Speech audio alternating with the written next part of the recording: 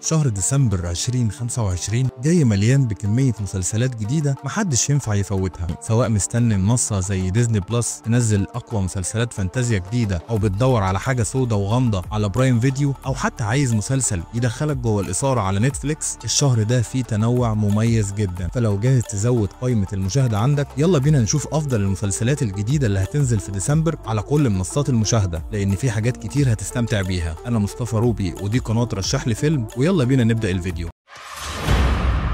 You have been granted the greatest of honor. That does not find you a failure. في المركز العاشر مان فيرسس بيبي، كوميديا خفيفة ولطيفة، هتنزل يوم 1 ديسمبر 2025. المسلسل بيحكي عن راجل حياته بتتقلب أول ما بيتحول لجليس أطفال، وبيلاقي نفسه لوحده مع طفل رضيع اللي بدأ كمهمة بسيطة اتحول بسرعة لسلسلة مواقف مضحكة، أخطاء ولحظات غير متوقعة مع لمسة إنسانية لطيفة. لو بتحب الكوميديا الخفيفة فده اختيار مناسب جدا وهتحب تتفرج عليه على طول. What do you mean, Dad? What are you doing, Trevor? It's a bit of a long story. في المركز التاسع ليتل ديزاستر، دراما نفسية في 2025 بتحكي عن مجموعة أمهات حياتهم شكلها مثالي لحد ما حادثة غريبة تخص واحد من الأطفال بتقلب كل حاجة. العلاقات بتبدأ تتفكك والأسرار بتبان والشك بيهد كل حاجة. لو بتحب الغموض المبني على واقع الحياة فده اختيار ممتاز، والمسلسل هينزل يوم 11 ديسمبر. We're nothing but a vile, self-serving.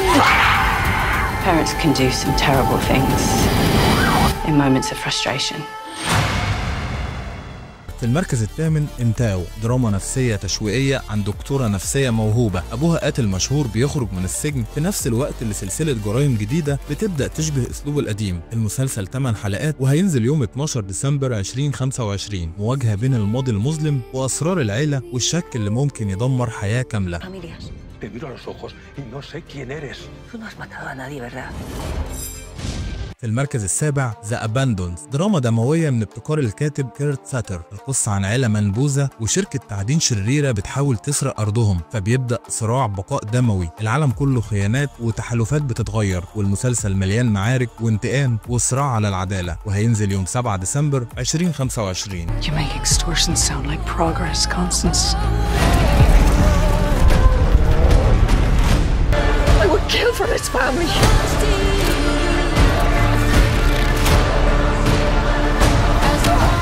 في المركز السادس ذا وور بتوين ذا لاند اند ذا سي، خيال علمي من صناعة الكاتب راسل دي تيفيز، وقصته بتدور حوالين الوحدة العسكرية اللي بتواجه عودة السي ديفلز، واللي هم مخلوقات أسطورية ظهورها ممكن يقوم حرب عالمية. المسلسل بيقدم أكشن مخلوقات ودراما سياسية ولمسة الخيال العلمي المميزة للكاتب، وهينزل على BBC 1 يوم 7 ديسمبر 2025.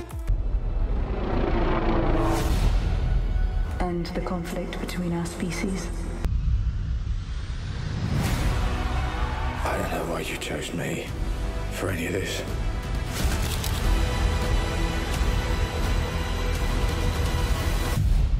في المركز الخامس بيرسي جاكسون اند ذا اولمبيانز، بيرسي وانابيس وجروفر راجعين بمغامره اخطر واكبر. المسلسل ده بيتبنى كتاب بحر الوحوش بمخلوقات جديده وتحديات اكبر وجو انضج شويه، من غير طبعا ما يفقد طابعه العائلي الممتع، وهينزل يوم 28 يناير 2025. They take care of each other. That's what real heroes do.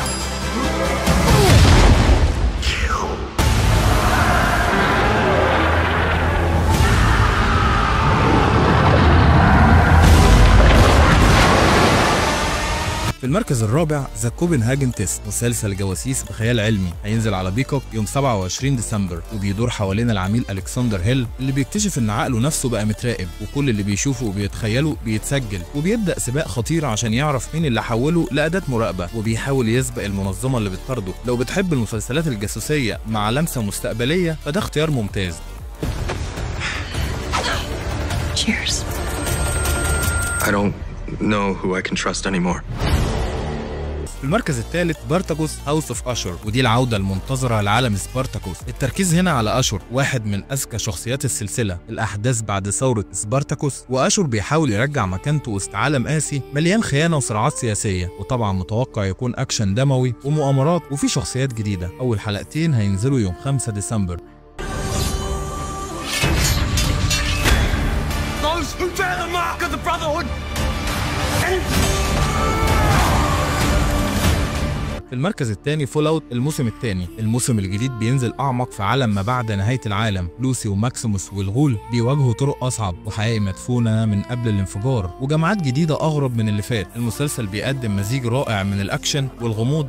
اول حلقه هتنزل يوم 17 ديسمبر على امازون برايم، وباقي الحلقات هتنزل كل اسبوع لحد فبراير 2026. Kept myself alive for one reason.